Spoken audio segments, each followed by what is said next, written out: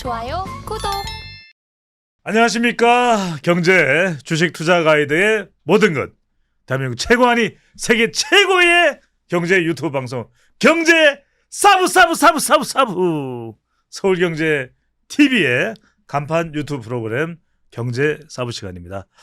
자, 제 오른쪽에는 평소 좋아하든 싫어하든 그냥 볼 수밖에 없는 종목의 킹 레몬리스트 김민수 대표입니다. 안녕하십니까. 안녕하십니까. 네. 마이크가 닿네. 오늘 뭐 네. 오늘 뭐 마상된 건 아니죠. 제가 좀 소개가 시덥지 않아가지고.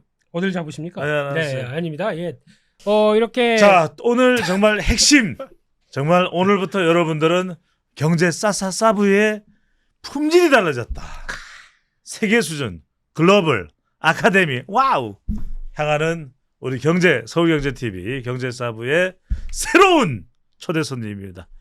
리더스 인덱스의 박주근 대표님입니다. 어서 오십시오. 네, 안녕하세요. 반갑습니다. 네. 거창하게 소개해 주셔서. 아니 보세요, 김 대표님. 네. 우리 박주근 대표님의 이 조남에는 네. 주식에 주가 들어가 있잖아요. 그렇죠. 주식의 근본. 그러니까 네, 그렇습니다. 예.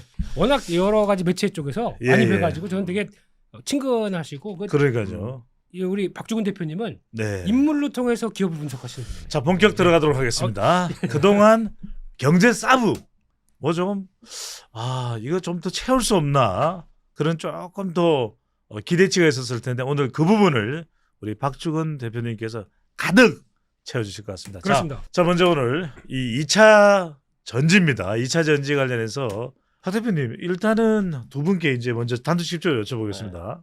자, 6월 정시 올라간다. 점차 이제 하반기 상저하고 올라간다. 어떻게 되겠습니까? 보통 썸머랠리라 그러죠. 예. 썸머랠리는 보통 4개월을 치는데 6, 7, 8, 9. 네. 그러니까 이제 미국 시장에서 보면 썸머랠리에서 가장 낮은 달에서 6월 달이에요. 예. 썸머랠리 중에서. 근데 지금 지금 경우는 조금 다른 것 같아요. 예. 일단 이제 내일이 이제 곧 6월인데. 그렇죠. 방송하는 시점은 내일입니다. 네, 엔비디아가 발로 반도체 훈풍이 불면서 조금 이제 훈풍을 불어넣고 있고 이런 것들은 좀 긍정적인 시그널로 지금 들어오는 것 같고 디아가 이를 만들고 있습니다. 그리고 외국인들이 이 시장에 좀 들어오면서 좀 훈풍을 불어넣는데 예. 문제는 이제 개인 주주들이죠. 개인 주주들의 시장 참여의 유동성은 아직 확보가 안 되는 거예요. 유동성이 낮다는 거는 조금 발목을 잡고 있는데 어쨌든 기존 6월 달에 어떤 정체보다는 이번 6월은 조금 낫지 않을까라는 개인적인 좀 더 좋아지지 않을까 이런 말. 그렇습니다. 역시 주옥 같아요. 자, 오늘 또 마지막 방송일 수가 있어요. 김민수 대표는. 네. 누가 마지막에 나구나. 네. 자, 어떻게 보십니까? 네. 자, 다들 전문가들 의견도 엇갈립니다. 좀 신중하게 봐야 된다. 아니다. 네. 이제 하반기 가면 좀 더 나아질 거다. 이런 의견들도 나오고 있어요. 제가 하반기까지는 모르겠고요. 예. 일단 적극 동의합니다. 우리 대표님 의견에. 예. 그러니까 외국인들이 지금까지 1월 달부터 해서 한 12조 가까이 예. 샀습니다. 샀는데 그 중심이 어디 있습니까? 네. 특히 1월 달 시작하고 안 되겠어. 그동안 너무 줄였어. 삼성전자, SK하이닉스를 반도체죠. 반도체를 쭉 사기 시작하고. 예. 그 과정에서 2차 전지는 줄였습니다. 지금 뭐 에코프로 쪽은 거의 외국인들 지분은 사상 최저. 예. 그런데 버티고 있다는 얘기죠. 이런 쪽에서 변화는 나오고 있는데 그런 관점으로 봤을 때 외국인들에 대한 주식의 관점과 또 시장을 바라보는 시각을 그냥 좀 다르다 이렇게 봐야 될 것 같습니다. 자, 이 상황에서 네. 박 대표님 단도직입적으로 여쭤보겠습니다. 2차 전지 더 주머니에 담아도 될까요? 하반기가 그래도 조금은 좋아질 거다. 그런 기대감도 반영된 것이긴 알겠지만 그래도 2차 전지인데 반도체는 반도체겠지만 2차 전지 좀 주워 담을까요? 어떨까요? 저는 개인적으로 이게 이제 어느 종목이든 특히 이제 테마주를 위주로 특정 테마주가 불이 붙었을 때는 처음에 불이 붙었을 때는 그 테마주의 이름만 걸쳐도 다 똑같이 불이 붙습니다. 그러니까 뭐 우리가 기억하시듯이 불바다네요. 작년 연말부터 2차라는 말만 붙어도 그 기업의 매출의 1%가 배터리에 걸쳐만 있어도 주가가 오르는 시기가 지난 봄이었죠. 그러니까 리튬 냄새만 맡아도 주가가 올라간다. 그러니까 뭐 그 기업 매출의 100% 중에서 1, 2%만 있어도 주가가 막 뛰는 시기가 우린 지났습니다. 저는 지금 시기는 조정을 받았고 예. 옥석을 가리는 시기다. 아. 네. 옥석을 가리는 시기다. 예. 냄새만 가지고는 안 된다. 예를 들어서 그 똑같은 양극재를 만드는 에코프로가 있고 포스코 퓨치엠이 있어도 다르게 움직입니다. 그렇죠. 네, 왜 다르냐? 화랑일 때는 둘 다 양극재니까 양극재 오케이. 어차피 수요는 폭발했고 공급 부족이고 이 시기에는 무조건 들어가야 돼. 네.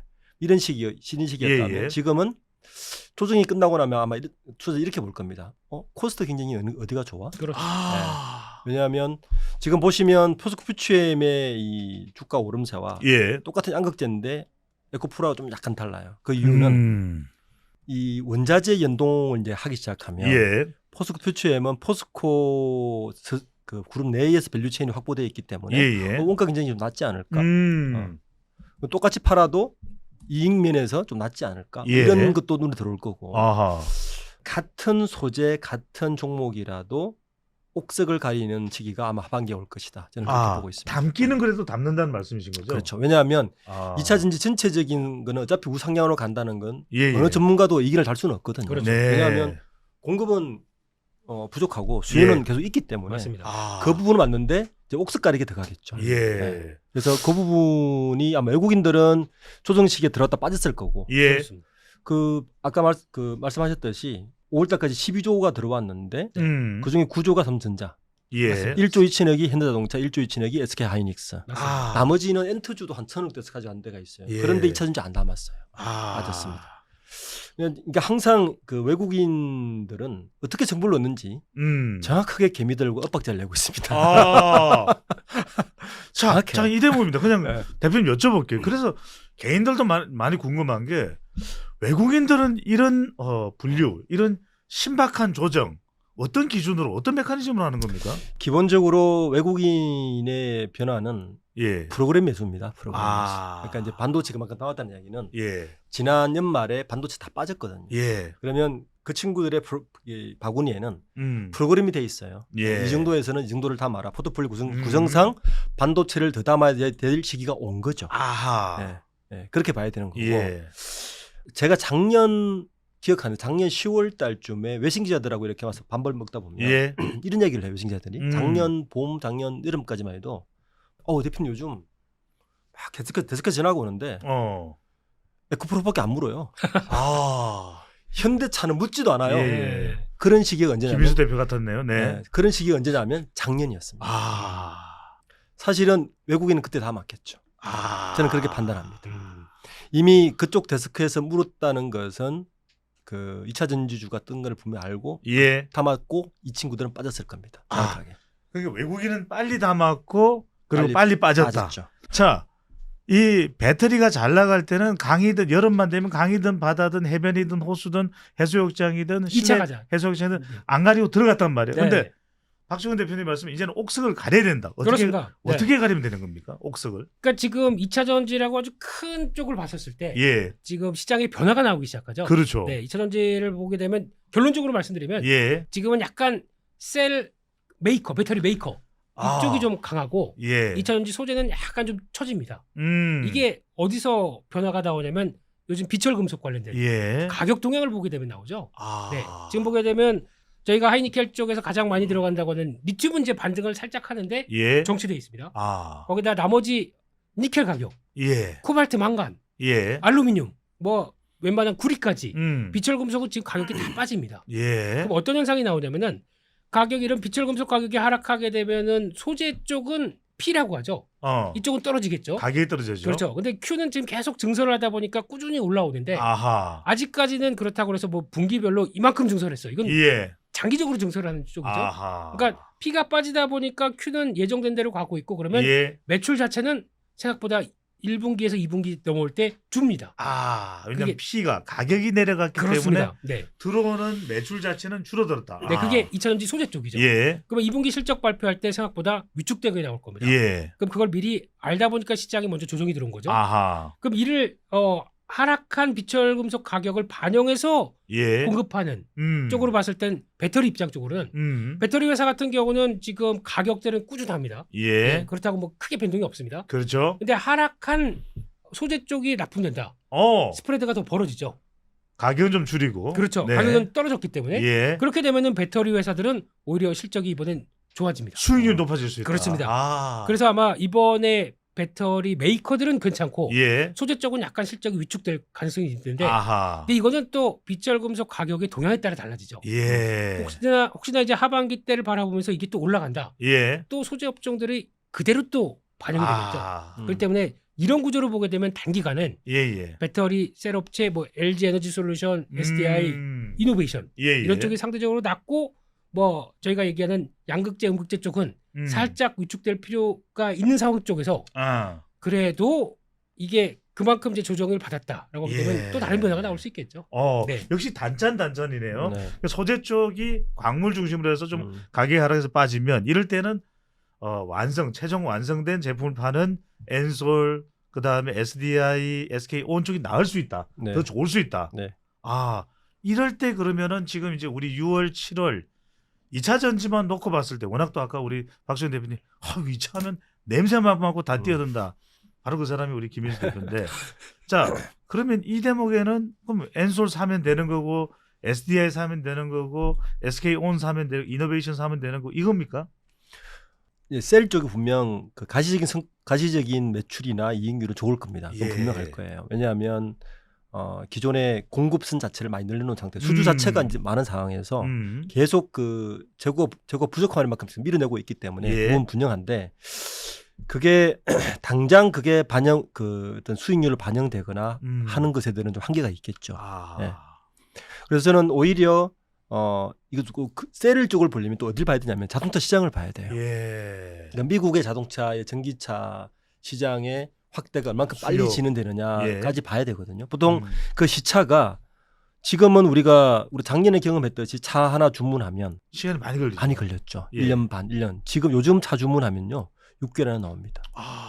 굉장히 빨라졌어요. 수요가 줄었다는 이야기죠. 현대차 실적이 되게 좋았는데 2분기 이후에는 조금 정체될 거라고 예상이 지금 나오고 있어요. 자동차 뭐 경기 불황보다 자동차 보니까. 그러니까 이 셀 쪽의 매출은 지금 들어가는 매출은 언제 거냐? 완성차 메이커의 작년 하반기 올 초까지의 매출입니다.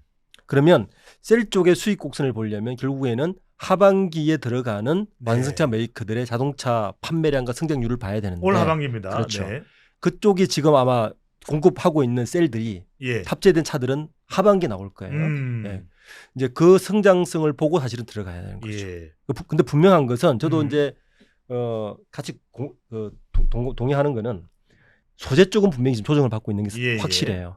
근데 셀 쪽은 수익성은 분명히 좋아지는데 그 시차는 완성차의 시차를 보고 시점을 보고 들어가라. 대표님 그래도 대체적으로 전기 자동차가 셀과 관련이 있으니까 자동차 중에서도 점점 전기 자동차의 시장 점유율이 확대되는 것은 당연합니다. 분명하게 봐야 되지 않을까요? 미국의 IRA법이 이제 지난 4월에 적용됐잖아요. 하반기에 적용되거든요. 1,000불 이상의 가격 효과를 보고 안 살 사람은 없죠. 분명하죠. 자 그러면은 우리가 셀 쪽을 봐야 된다. 그래도 정말 우리 김민수 대표 그러면 종목 킹인데 그동안 또 소재 이야기하다가 좀 아쉬우면 또 충전을 이야기를 하셨더랬어요. 그렇습니다. 자, 이 대목에서 그래도 셀 말고 최종 완성 제품 단계 말고 전기자동차와 연결된 거 말고 그래도 소재 쪽에 아니면 다른 부품 쪽에 아니면 충전 쪽이든 다른 인프라 쪽에 눈여겨봐야 될 만한 건 뭐가 있을까요?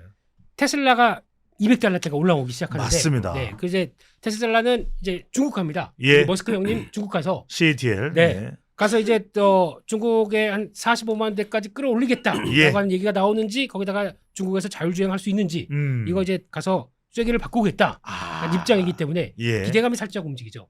근데 이런 과정 중에서 포드도 같이 움직입니다. 그러네요. 포드가 움직이는 거는 테슬라랑 도저히 우리가 차를 만들면 뭐하냐. 아직까지 지금 충전기나 충전할 수 있는 데가 별로 없는데 테슬라랑 같이 손잡겠다는 입장이 나오다 보니까 그래요.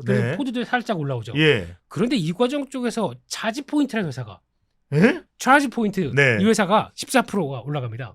미국 회사인가요? 그렇습니다. 그렇다는 얘기는 그만큼 충전기나 충전할 수 있는 플랫폼 시스템 이쪽에 대해서도 중요합니다. 관심이 높다는 얘기겠죠. 자, 미국이 차지 포인트라면 한국은 또 미국 시장까지 포함해서 주목할 수 있는 충전회사 있을까요? 그러니까 우리나라는 딱 이렇다 할 회사가 지난번도 말씀드렸지만 시그넷 코넥스에 있습니다. 코넥스에 있다 보니까 이거를 그래서 미국을 바라보면서 매출이 이렇게 늘어나는데 예. 라고 하지만 왠지 매매를 잘 못해요. 그렇지. 이게 현실이에요. 주저하죠. 그렇습니다. 이 회사가 코넥스에서 뭐 코스닥이나 코스피 쪽으로 이전 얘기가 나온다. 예. 그때는 아마 크게 반응할 겁니다. 그 밖에 이제 나머지 회사들 LG 쪽도 하고 있어요. 예. 네, LG 쪽에서도 하고 있는데 회사 이름을 바꿔가면서 예. 변화를 가져가고 있고 현대도 직접 하려고 하고 있고 거기다가 나오는 이제 충전 관련된 종목들 하게 되면 저희가 몇몇 종목들 뭐 S트래픽이라든가 아니면 뭐 휴맥스 홀딩스 이런 쪽이 예. 주가 시장에서 움직이는데 실질적으로는 그 회사들이 할 수 있는 캐파가 아직 그렇게 크지 않다 보니까 예. 대기업 중심을 바라보면서 움직이는 회사가 더 클 수밖에 없겠죠 현실은. 예. 그렇기 때문에 테마주 말고 실질적으로는 좀 한계가 있다 이렇게 알겠습니다. 바라보고 있습니다. 자, 2차 전지에서 중요한 것은 지금은 조금 조정이 되고 있다. 그래서 소재 쪽보다는 셀 메이커 쪽을 봐라. 단기적으로는요. 네. 그리고 뭐 충전이나 이런 쪽도 우리가 볼 수는 있겠지만 아직까지 거래라든지 이런 걸 봤을 때는 조금 더 신중한데 우리가 그동안 그래도 소재 쪽 말고 좀 볼 수 있었던 부분들은 계속해서 좀 눈여겨봐도 좋지 않을까라는 생각이 듭니다. 네. 자, 이제는 가장 다시 주목받고 있는 종목입니다. 반도체로 넘어갑니다. 반반해서 반도체, 반해서 반도체. 지금 투자자들이 논문을 네. 너무 감격적인 멘트여가지고 이런 멘트를 들을 수도 있는 경제 싸싸싸싸부 밖에 없죠. 예. 네. 네. 자, 박지원 대표님, 네. 반도체 바닥 쳤다? 저는 바닥 쳤다고 봅니다. 네. 바닥 쳤다. 그 이유는 재고 물량의 피크가 이미 2분기를 지났다. 네, 이게 가장 중요하죠. 그럼 올라갈 일만 남았나요? 또 그거는 또 다른 이야기입니다. 예. 뭐 지난주에 이제 엔비디아 발로 훈풍이 막 불면서 덩달아 지금 막 계속 뭐 7만 9만 가자 뭐 13만 아침에 SK증권 발 보니까 뭐 SK하이닉스 13만 삼성전자 9만까지 이야기를 하던데 엔비디아 발의 영향은 이게 전체적인 시장 분위기가 달라졌다고 읽는 게 저는 더 정확한 것 같아요. 그러니까 엔비디아가 좋아져서 삼성전자 하이닉스가 좋아진 게 아니라 반도체나 전기 IT 전기전자 쪽에 시장 분위기가 달라졌다고 읽는 게 달라졌다고 읽는 게 저는 더 정확한 포인트 같고 이게 중요합니다. 네. 실제 삼성전자나 하이닉스의 메모리 반도체의 수요를 대부분 이끄는 거는 PC나 모바일입니다. 그렇죠. 그러니까 엔비디아가 떠서 필요한 반도체는 우리가 소위 말하는 하이밴드 메모리라고 해서 서브에 들어가는 고용량 메모리예요. 그렇죠. 네. 그거는 사실은 우리나라가 하이닉스가 50%, 삼성전자 40%, 시장 전체의 90%의 점유율을 하고 있지만 시장 자체가 크지는 않습니다. 그러니까 이게 삼성전자나 하이닉스 전체 실적을 이끌 만큼의 수요는 되지가 않는 건 분명하거든요. 그런데도 왜 시장은 반응하느냐? 방금 말씀하신 것처럼 저점 지난 거 아니야? 라는 거죠. 그리고 미국의 시장을 보면 이미 지난달부터 기술주들이 굉장히 실적이 괜찮았어요. 6월 1일 발표하는 브로드컴 실적 같은 걸 봐야 되는데 그 실적을 보면 전체적인 시장 자체의 분위기가 굉장히 달라졌다는 걸 읽어내면 아마 시장은 좀 더 반응할 겁니다. 그러니까 재고량 떨어졌고 시장 자체의 분위기가 반전됐어. 그리고 불확실성이라고 이야기하는 미국의 부채법이라든지 이런 여러 가지 불확실성이 좀 그리고 FOMC가 이제 발표를 다음 주에 하죠. 거기서 예를 들어서 불확실성을 저는 오히려 금리를 올렸으면 좋겠어요. 오히려 금리를 동결하면 저는 시장은 역반응을 할 것 같습니다. 왜 역반응이냐? 미국발 은행 불안이 예전한 거 아니야? 이렇게 있는 거죠. 오히려 금리를 올리면 자신이 있는 거죠. 우리 은행발 불안 우리 없어. 자, 은행 불안 이야기하시고 오히려 그것을 잠재울 수 있는 것은 조금 금리를 인상하는 게 나을 수도 있다는 말씀을 주시는데 그렇다면 6월에 이 기준금리를 조금 더 뭐 베이비 스텝일 겁니다. 올린다 하더라도 반도체 시장은 계속해서 바닥치고 그렇죠. 왜냐하면 오히려 시장의 불확실성을 다 잠재워주는 거죠. 시장 불안한 걸 제일 싫어하거든요. 올려야 되는 상황에 올리는 것은 오히려 그것이 불확실성을 마땅하다. 잠재우는 거죠. 잠재우는데 거꾸로 엔비디아처럼 기술주들이 실적이 뒷받침해주고 있어요. 특히 엔비디아 발표한 게 2분기 실적이 더 좋아할 거질 거란 거 아닙니까? 그럼 시장에 대한 확신이 생기는 거죠. 그래 반도체주로 오릅니다. 실제 저는 우리나라 반도체 특히 삼성전자나 SK 하이닉스의 이 메모리 반도체는 저는 개인적으로 이건 인프라주라 봐요.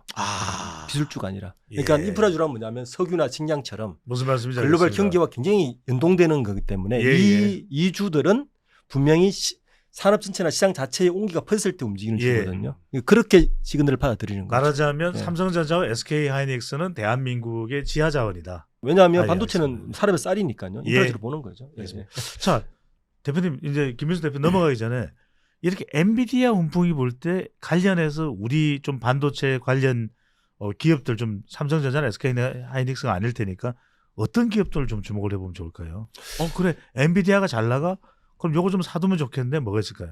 저는 지금 상황에서는 엔비디아에 직접 연관된 밸류체인에 묶여 있는 기업들을 보는 게 정확합니다.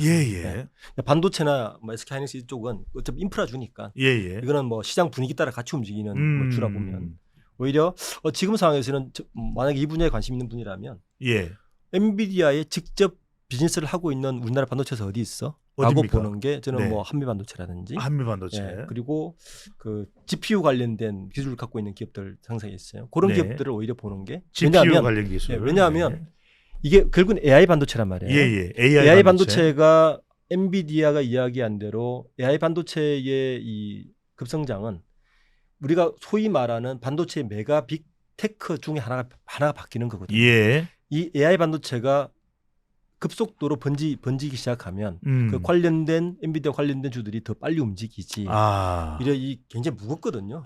삼성전자 하이닉스는 이거는 좀 인프라적으로 보고 직접 관련된 거는 또 좀 구분해서 보는 것도 시장에 공략하는 하나의 중요한 포인트다. 알겠습니다. 일단 박주건 대표님은 바닥을 쳤다. 근데 중요한 것은 이제 우리가 투자자들 입장에서는 어느 방향으로 가는지도 확인해 보는 것이 중요할 것이고 그렇다면 또 어디 쪽으로 가느냐 이거 굉장히 중요한 게 그러면 AI 반도체냐 챗GPT 반도체냐 아니면 고성능 그래픽 쪽이냐 비메모리 쪽이냐 뭐 이런 것들 다들 궁금한 것이 많았을 거예요. 팹리스 쪽이냐 이번에 바벨도 그렇지 않습니까? 팹리스 쪽이냐 설계 쪽이냐 마블 마블 테크놀로지스 알았죠? 그래서 이럴 때는 어디 쪽을 좀 바라봐야 될 거예요? 딱 투자자 입장에서는 아주 중요한 얘기를 하셨습니다. 대표님께서 일단 제 질문이 아니고 그럼 별로 중요한 건 아니니까요. 반도체를 볼 때 두 가지를 보셔야 됩니다. 그러니까 지금 사이클로 보느냐 성장으로 보느냐. 사이클은 지금 말씀하셨듯이 이제 디램이나 이제 메모리 반도체의 변화는 항상 바닥대. 제가 누누이 저희 정결사부 시작할 때부터 말씀드린 그거지 않습니까? 반도체는 사는 거 아니다. 모아가는 거다. 그렇죠. 마치 적금이다. 그렇듯이 이제 성과가 나오는 거죠. 사이클이 바닥이 지나서 이제 통과할 것이다라는 변화가 나오다 보니까 이렇게 먼저 반응을 하는 거죠. 그게 첫 번째. 반도체에 대한 사이클적인 접근. 바닥을 통과했다라는 변화. 바닥을 통과했다. 올라간다. 성장에 대한 부분은 이제 AI가 가져오는 거죠. 앞서 말씀하셨듯이 지금 대한민국 메모리 반도체 쪽은 HBM이라고 하는 쪽으로 엔비디아 쪽으로 들어가다 보니까 이게 아직까지 매출 비중이 삼성 SK 하이닉스 같은 경우 5%밖에 안 됩니다. 그렇죠. 근데 이게 앞으로는 커지게 되면 이를 또 하나 끌고 갈 텐데라고 하는 부분. 그러니까 지금 HBM이 뭐냐면은 하이 밴드위스 메모리입니다. 그렇기 때문에 이거를 높은 단위로 쌓지 않습니까? 지금 이번에 SK 하이닉스가 본인도 약간 좀 버거워한 것 같아요. 밴드위스. 알았어요. 막 침도 나오는. 침이 지금 내가 항상 씻어야 돼. 샤워를 못 하셔. 그래서 이게 무슨 얘기냐면 이번에 SK 하이닉스가 들어가는 메모리가 그 메모리 반도체를 12단으로 쌌습니다. 이거를 적층을 해서 거기 같이 들어가는 패키지로 들어가기 때문에 커지면 앞으로 수익성과 성과는 더 좋아지겠죠. 하지만 커지는 거에 따라서 같이 나오는 부분들 이걸 확인하게 되면 앞으로 좋아지고 삼성전자도 아직까지는 지금 제대로 못 따라가지 않았느냐 얘기는 많지만 HBM PIM입니다. 그러니까 아예 연산 기능까지 있는 메모리가 같이 들어가기 때문에 오히려 더 성과를 낼 수 있겠다라고 하게 되면 성장에 대한 부분들이겠죠. 그러네요. 확실히 이제 그러고 보면 결과적으로 이제 비메모리 쪽에 더 집중할 수밖에 없는데 아까 한미 반도체 이야기해 주시고 박주건 대표님께서는 GPU 말씀 주셨거든요. 그렇습니다. 투자자들이 봤을 때는 결국은 뭐 삼전 이건 SK 하이닉스 너무 뻔한 이야기고 그러면 이때 그러면 또 비메모리 반도체라고 했을 때 어디에 주목을 해야 될지. 그렇죠. 그러니까 GPU를 통해서 그러니까 지금까지 CPU는 만약에 연산을 한다고 하더라도 순차적으로밖에 못합니다. 그렇죠. GPU는 병렬식으로 딱딱 들어온 대로 다 동시에 할 수 있죠. 그렇죠. 멀티로 하죠. 그렇기 때문에 GPU가 뜨는 거죠. 그러면 거기다 또 하나 아마 저희가 잘 모르는 자회사 중에 자일링스라는 회사가 있습니다. 자일링스는 FPGA입니다. 그러니까 프로그래밍이 가능한 반도체가 됩니다. 그러니까 저희가 반도체 하게 되면 지금 하나 딱 찍고는 이걸로 하나만 역할을 한다라고 알고 있었는데 프로그래밍을 통해서 변화가 될 수 있어요. 이게 자일링스가 하는 빅픽처거든요. 그쪽 관련된 회사가 메커스라는 회사인데 한번 들어가 보죠. 네, 지금 이 회사를 가지고 주가는 무지 올랐습니다. 메커스입니다. 네, 단기적으로 무지 올랐습니다만. 근데 이게 지금 시총이 지금 현재 보면은 2,700억이에요. 이거밖에 안 돼? 라고 할 정도인데 지금 1분기 실적도 사상 최대를 낼 정도로 강하게 보여주는데 이게 지금 반영되는 거죠. 메커스가 어떤 국내든 국외든 기업하고 연결된 곳이 있나요? 아까 말씀드렸던 자일링스, ARM 이런 쪽에 대해서 들어가는 쪽에 르네사스 이런 쪽에 대해서 유통하는 회사인데 단순히 유통하는 회사가 뭐 끝이 아니라 교육도 하고 거기다 AS도 하고 하게 되면은 지금 보세요. 1분기 매출이 620억이 나왔는데 영업이익이 110억 나옵니다. 이 정도로 성과를 내고 있는데 최근에 보여주지 못한 흐름들이에요. 그러네요. 이게 앞으로 많이 쓴다는 걸 보여주고 있는데 그러면 이거 올해 한 400억 정도 넘게 나오겠죠. 시총이 이렇게 올랐는데 3천억이 안 된다고요? 저평가죠. 이게 반영하면서 시장이 움직입니다. 그리고 지금 월봉이나 일봉 보더라도 급격히 올라가는 모습이네요. 그죠? 이게 지금 뒤늦게 하는 거죠. 그전엔 이런 회사가 있다고 얘기를 드려도 그래? 주가가 안 가는데 뭐 하다가 급격하게 움직일 때 따라가실 필요는 없고요. 근데 이건 또 조정이 나오겠죠. 많이 올랐기 때문에 아마 지금 단계적으로 15,000원대 초반 정도나 그 정도 나오게 되면 이런 건 볼 필요 있다. 저는 메커스 그래서 해커스인가? 해커스 가서 토익이나 보시고요. 알겠습니다. 그런 쪽의 회사들도 있다. 또 하나가 뭐냐면 엔비디아가 보여줬을 때 얘기하는 게 서버용 쪽이 크지만 차량용도 무지막지하게 큰다. 그렇죠. 라고 하면서 아직 비중은 크지 않습니다. 이걸 보여주고 있는데 그럼 국내에서도 차량용 반도체 차량용 맞습니다. 뭐가 있을까라고 봤을 때 정확하게 없습니다. 한국에. 그래봐야 인피니언이라는 독일 회사가 가장 적합한 회사고. 유명한 회사죠. 근데 그나마 적합한 회사가 뭐 있을까라고 보게 되면 LX 세미콘입니다. 이 회사가 그나마 준비하고 있는 걸 봤을 때 지금 DDI라고 하는 OLED 쪽이 성장하면서 같이 나오는 부분만 하고 있는데 플러스 알파 준비하고 있는 게 차량용 쪽으로도 성과를 내고 있더라고요. 그러면 작지만 앞으로 가겠다. LX가 또 LG 쪽이죠. LG 쪽에 버음 LG가 있지 않습니까? 그러면 LG가 전장 쪽에 강점이 있습니다. 그렇죠. 그러면 그쪽에 대한 성과를 누가 같이 공유하겠느냐? LX 세미콘. 끝. 좀 마음대로 끝내고 제가 할 얘기는 여기서 끝입니다. 자제해 주시고요. 자, 대표님 저 반도체 이야기를 이제 조금 정리하면서 자, 일단 우리 투자자분들한테 확인해서 강조드릴 수 있는 부분은 바닥은 쳤다. 대체적으로. 하지만 여러분들이 이제 이 바닥을 쳤는데 동이냐 서쪽이냐 남쪽이냐 북쪽이냐. 자, 여러분들은 방향을 잘 보셔야 되는데 그 방향을 방금 전에 우리 박종훈 대표님이 GPU나 또 한미반도체 얘기를 해주셨고요. 메커스와 또 하나 LX 세미콘 이야기를 해주시니까 그 외에도 더 있을 겁니다. 여러분들이 관련해서 좀 눈여겨보시는. 그런데 반도체 이야기할 때 우리가 외부 변수 생각 안 할 수가 없습니다. 대표님. 중국 변수, 또 미중 충돌, 그렇습니다. 미국의 IRA. 이거는 어떻게 우리가 지금 투자에 반영을 해서 좀 넣어야 될까요? 지난번 G7 회의에서 저는 바이든의 워딩이 되게 기억이 남아요. 조금 완화됐죠. 미중 전쟁에 대해서. 이미 테슬라가 중국에 가지 않습니까? 본인들은 다 장사를 해요. 그렇죠. 결론은 장사를 할 것이다. 지금 마이크론이 중국의 매출이 한 3조 정도 돼요. 이제 이 부분을 중국 업체가 과연 커버할 수 있느냐? 저는 못한다고 봐요. 중국의 메모리 반도체는 우리나라의 기술 수준이 한 2, 3년 뒤쳐져 있고 낸드 플래시는 한 5년 정도 뒤쳐져 있는 걸로 알고 있습니다. 뭐 이창양 부총리도 주경호 부총리도 알아서 해라. 우리는 모르겠다. 당신들 알아서 하세요. 그 정도로 이제 중간적 입장을 폈는데 그 말은 하라는 얘기죠. 그렇죠. 저는 이게 큰 영향은 없을 거다 이렇게 보시는 거죠. 어떤 산업이든 그 시장을 이기는 정치는 없고요. 시장을 이기는 기술은 없습니다. 멋진 얘기십니다. 이런 멋진 얘기 좀 해주세요. 너무 멋집니다. 갑자기 시장을 이야기하셨는데 망원시장이 생각나가지고. 자, 여러분들 시장을 이기는 거시기는 없는 거죠. 거시기. 네네, 알겠습니다. 여러분들, 이런 멋진 말에 거시기로 마무리하시다니요. 너무 거시기 하십니다. 좀 그만 거시기 하세요. 자, 여러분들 구독 거시기 많이 해주시고요. 자, 우리 방송은 경제 거시기는 아니잖아요. 경제 사부. 자, 이렇게 여러분들 반도체 여러분들 희망을 가질 수 있다는 거, 반도체에 대해서 조금 기대치를 높이고 여러분들이 이제는 포트폴리오 바구니를 투자 바구니를 재조정해 주셔도 좋을 것 같습니다.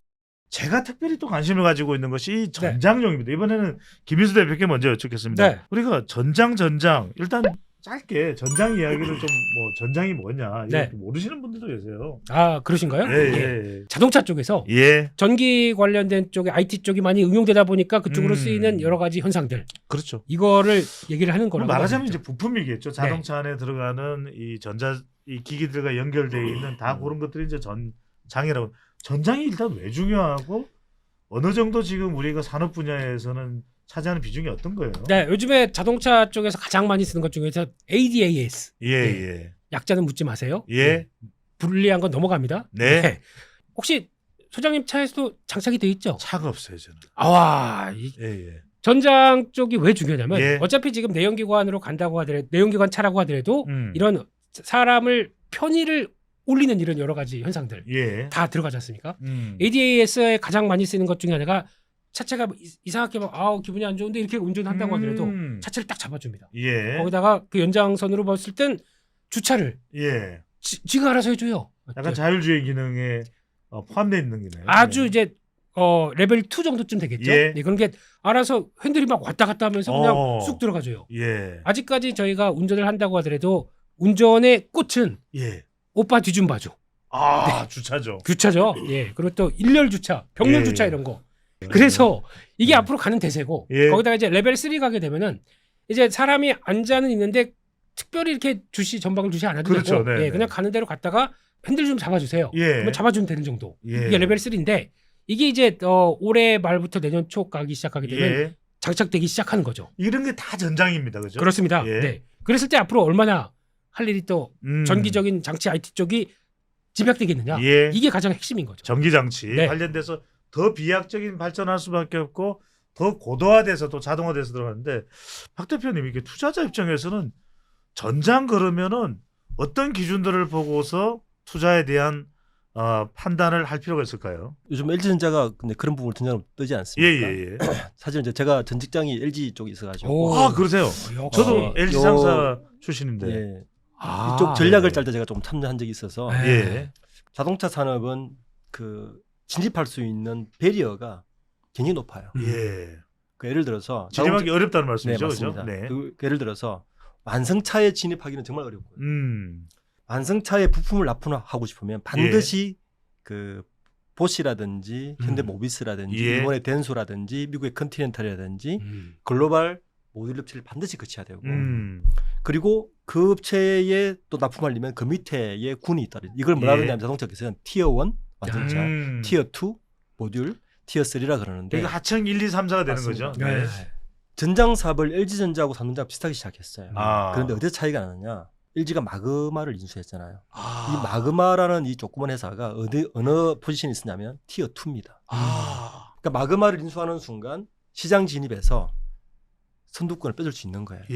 바로 완성차와 직거래를 할 수 있는 그 루트를 터버린 거죠. 사실은 많은 사람들이 왜 LG가 마그마를 인수했지? 그때 전장 사업이 적자인데 왜 인수했지? 근데 그런 포석이 있는 거죠. 삼성전자는 하만을 인수했어요. 하만은 그 위치에 있지 않습니다. 하만은 사실 오디오이긴 하지만 하만도 전장에 들어가요. 오디오 쪽에 들어가는데 저는 삼성전자는 이거는 판단 착오했다고 봅니다. 구조를 주고 인수했는데 그렇죠. 하만은 티어 2의 역할을 하지 못합니다. 그 전장 사업이 삼성전자는 여전히 지지부진해요. 근데 LG전자는 조금 제일 처음에 인수한 거는 이탈리아에 있는 헤드라이트 업체를 하나 인수했어요. GKW라고 인수하고 사실 그걸 인수하더라도 GKW도 결국에는 어디로 가야 되느냐? 모비스로 가야 돼요. 그렇죠. 모듈을 만들어서 가야 되니까. 모비스입니다. 그래서 지켜보니까 이것도 아닌 거예요. 그래서 파워트레인 업체 마그마를 인수했는데 그는 파워트레인을 인수한 게 아니라 사실은 그 시장의 루트를 인수한 거예요. 그렇죠. 그 실적이 나타나기 시작한 거죠. 그리고 그걸 바탕으로 LG그룹 내에는 자동차 전쟁을 할 수 있는 많은 기업들이 있습니다. 전자부터 시작해서 이노텍, 디스플레이 다 가지고 있는 거죠. 다 가지고 있어도 사실은 일관 체제를 갖추고 있다. 밸류체인을 다 가지고 있어도 시장의 루트가 없으면 팔지 못하는 건데 그래서 마그마를 인수한 거거든요. 그러니까 시장은 그렇게 봐야 되는 거예요. 그러니까 할 수 있다고 팔 수 있는 건 아닙니다. 그러니까 시장을 볼 때는 저 기업의 기술도 있고 할 수 있어. 근데 팔 수 있나를 먼저 봐야 되는 거예요. 팔 수 있는 기업인가.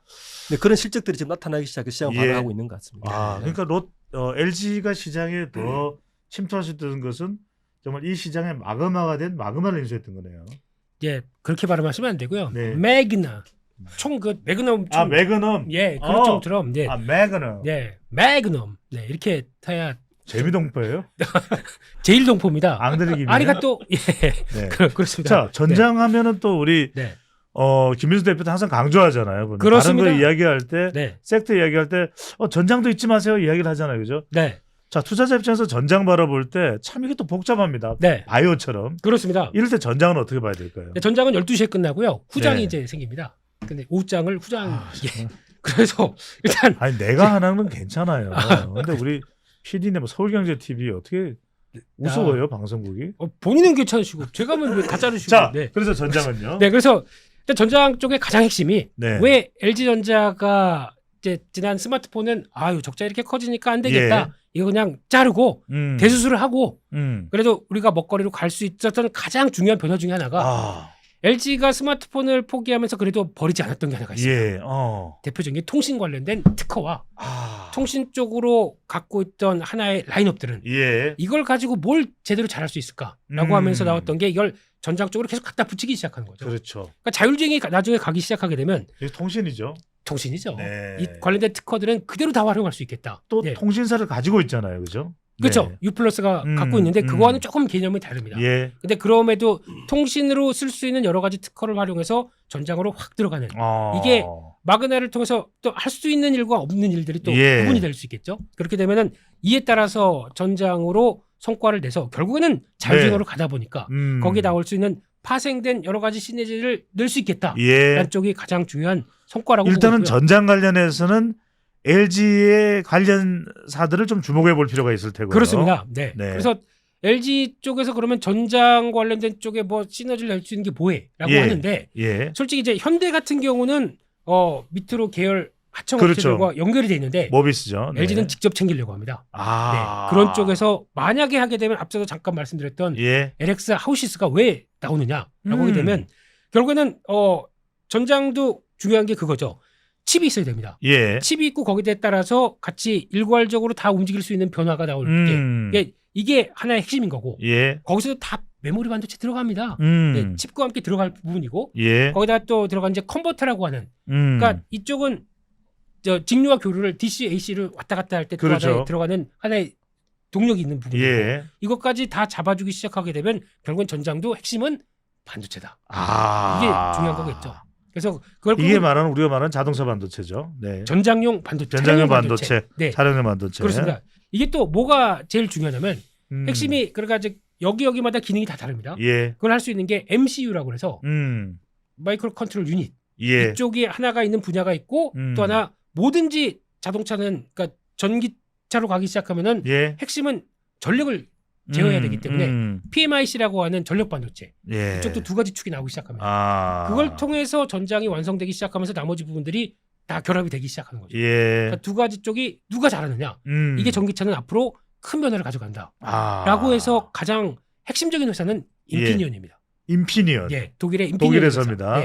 이 인피니언과 관련이 있거나 또 LG나 현대 모비스로 직접적인 자동차 회사와 관련이 있는 기업은 아니지만 상당히 전장 쪽에 앞으로 이 MCU 관련된 기술이든 차량용 반도체가 됐든 좀 주목할 만한 기업은 뭡니까? 대한민국에 없습니다.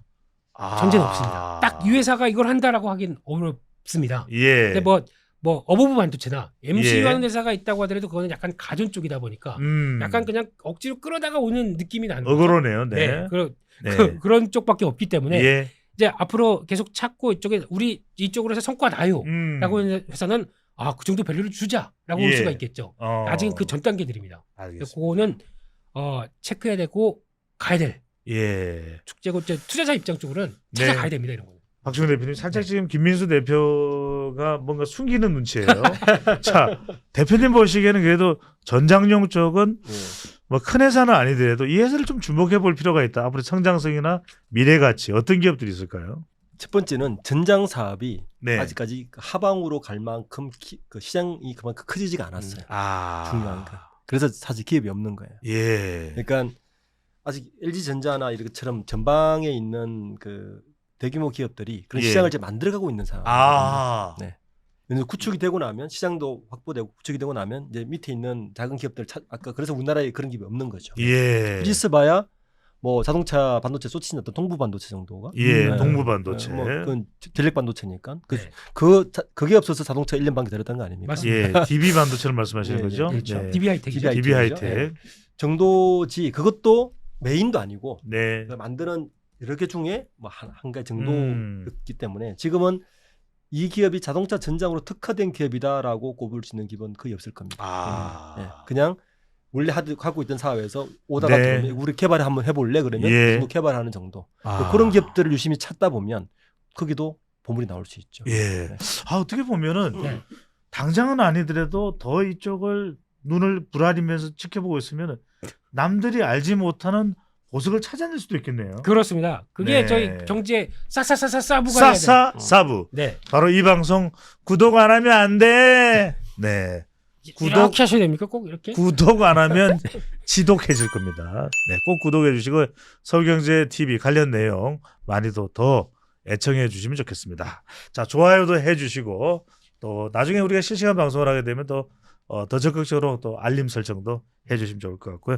좋아요 많이 또 주변에 링크 해 주시고 우리 뭐 김민수 대표님 또 박종훈 대표님도 계시니까 여러분들 전 세계로 좀 살포를 해 주셨으면 좋을 것 같습니다. 그죠? 영어로 하셔야죠. 그런 거는. 매그너. 네. 네.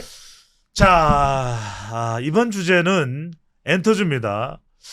일단 엔터주가 최근에 조금 조명을 받고 있습니다. 그래도 일본도 이제 한일 관계가 개선되고 있고 중국은 조금 비거덕새는 소리가 들리고 있기는 하지만 엔데믹 효과도 있을 것이다. 자, 근데 박지원 대표님 이것부터 먼저 여쭤봐야 될 것 같아요.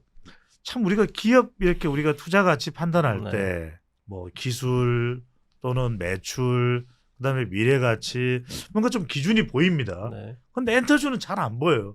이 엔터주를 투자하는 기준을 바로 세우는 효과적으로 세우는 방법 뭘까요? 저는 그래도 엔터주도 시장이다. 왜냐하면 요즘 상황을 보면 엔터주가 되게 좋지 않습니까? 옛날 같으면 굉장히 넌센스한 상황이에요. 왜냐하면 중국이 여전히 봉쇄를 하고 있는데 좋거든요. 공식적인 아니지만 비공식적인 한한령이지 않습니까? 중국이 시장이 저렇게 막혔는데도 불구하고 엔터주가 좋아요. 실적도 좋아요. 그 말은 이미 K 컨텐츠의 시장성은 확보되었다라고 판단이 되는 거죠. 중국 시장이 아니라도 충분히 시장이 있다는 걸 증명을 해준 거죠. 중국 빼고도. 그게 중요한 사실 포인트입니다. 중국을 치고도 빼고도 제외해도 니들끼리 살아. 이게 대표적인 차이가 나는 게 화장품하고 딱 비교가 됩니다. 화장품이 굉장히 좋았을 때 중국 의존도로 좋았을 때 그때도 K 컨텐츠도 중국 의존도로 좋아졌거든. 근데 사드 사태 이후에 두 개 똑같이 폭삭 내려앉았는데 그 뒤로 변화는 뭐냐면 화장품은 그 뒤로 시장을 확보를 못했어요. 유럽이나 미국 시장 전혀 가지 못했습니다. 반면에 K 컨텐츠는 시장을 확보한 거죠. 그 엔데믹이 끝났을 때 많은 투자 전문가들이 엔데믹이 되면 뭐가 좋아질까? 다들 뭐 화장품, 여행, 중국이 풀리면 저게 한류 다시 올 거야 했는데 다 예상 다 빗나갔고. 근데 엔터주만이 살아남은 거죠. 그 말은 엔터주는 나름 독립적인 시장을 확보했다라고 실적도 반증을 했고 4세대 기대를 하고 있는 이쪽도 다 반영을 그러니까 스타들도 계속 라인업을 보강해가면서 프로그램 이런 것들이 반영해서 저는 엔터주의 어떤 체질 개선은 확실히 했다.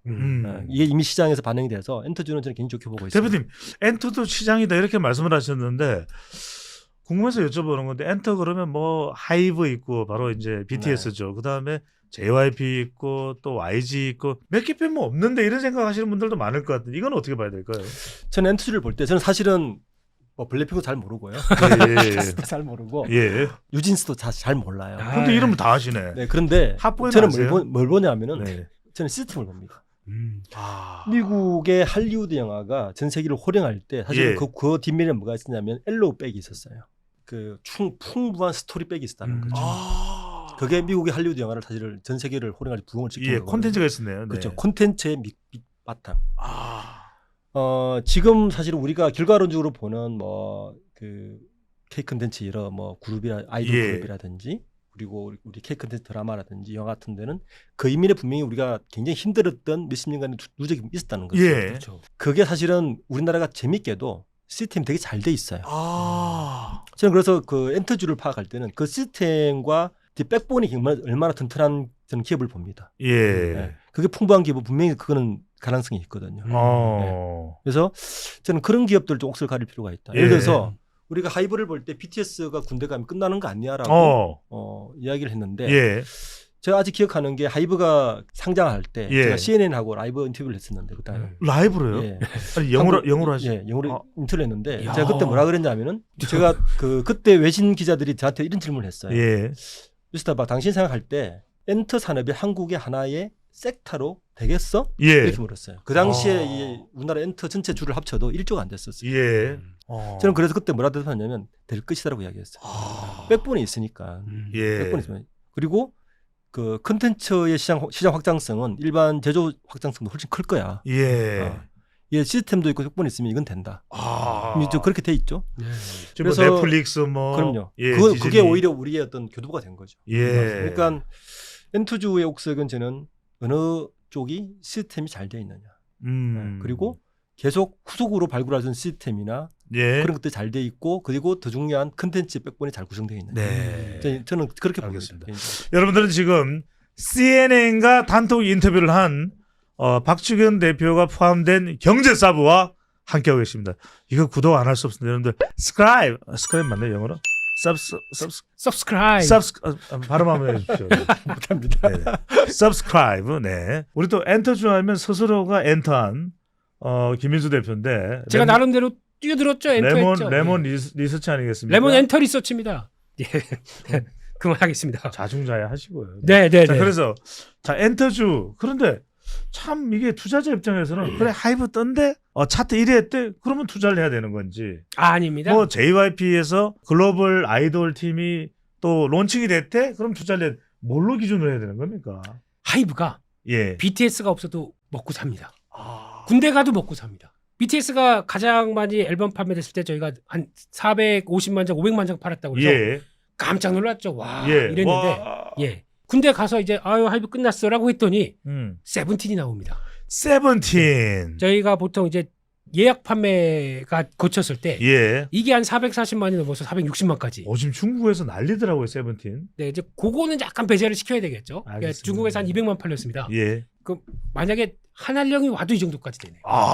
이게 이제 중요한 거죠. 그럼 그걸 제외한다고 하더라도 이런 레이블을 갖고 있는 게 몇 개가 되죠. 이번에 또 하나의 레이블 저희가 지코라고 했는데 저희 세대들은 자이코라고 합니다. 자이코. 예. 아무나 노래할 그거 아니에요? 그렇게는 안 합니다. 이렇게는 안 합니다. 아무나 노래할까요? 이 갖고 있는 레이블 쪽에서 보이 넥스트 도어라고 나왔는데 또 그냥 또 이렇게 난리를 치죠. 난리네. 네. 그래서 이게 결국에는 지금 나오는 게 이번에 JYP 같은 경우도 스트레이키즈가 저희가 스트레이키즈 하면 누구 발음도 잘 안 되시잖아요, 우리 소장님은. 잘 되죠. 스트레이키즈.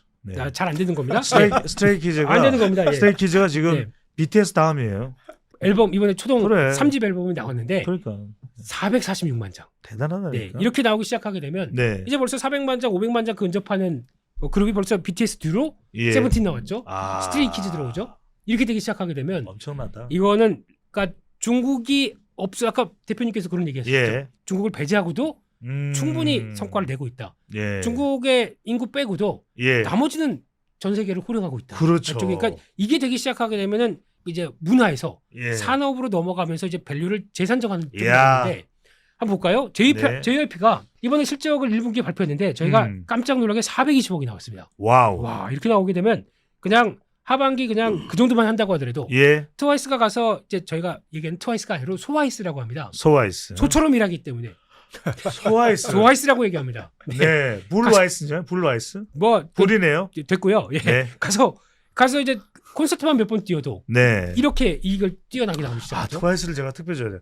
트와이스 그죠? 샤샤샤 이거 아니에요? 네, 안 보고 싶습니다. 그리고 연간 실적을 보게 되면 지금 예상이 한 1,500억은 충분히 나오겠죠. 시총이 지금 4조가 넘었죠. 살짝.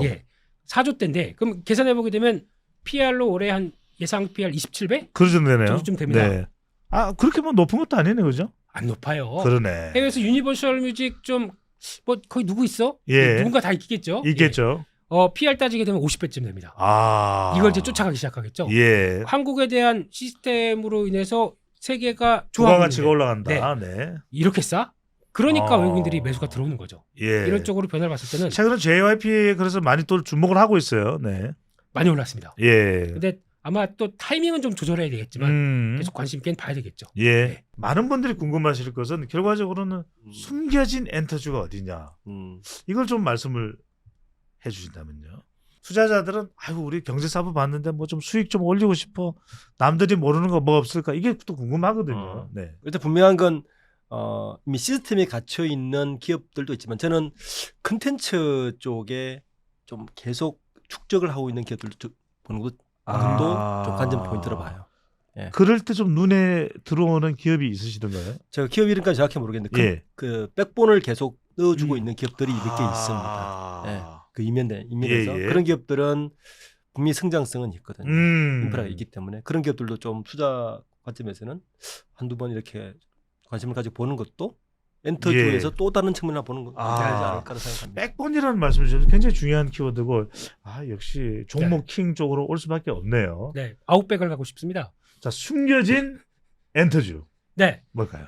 숨겨진 거 없습니다. 다 밝혀져 있기 때문에. 그런데 만약에 아까 말씀드렸던 실적에 대한 변화만 생각한다. 그렇죠. 전 개인적으로 SM을 봐야 된다고 생각합니다. 네. 이때 1분기 실적을 보게 되면 그러니까 못 나왔습니다. 못 나왔는데 이때 많이 모아서 아니 왜 이렇게 못 나왔지 했는데 그중에 한 50억 정도부터 이 김앤장 비용 들어가고 분란이 있었죠. 네, 이런 약간 생각보다 좀 일회성 비용이 나다 보니까 그게 제대로 작동을 못했어요.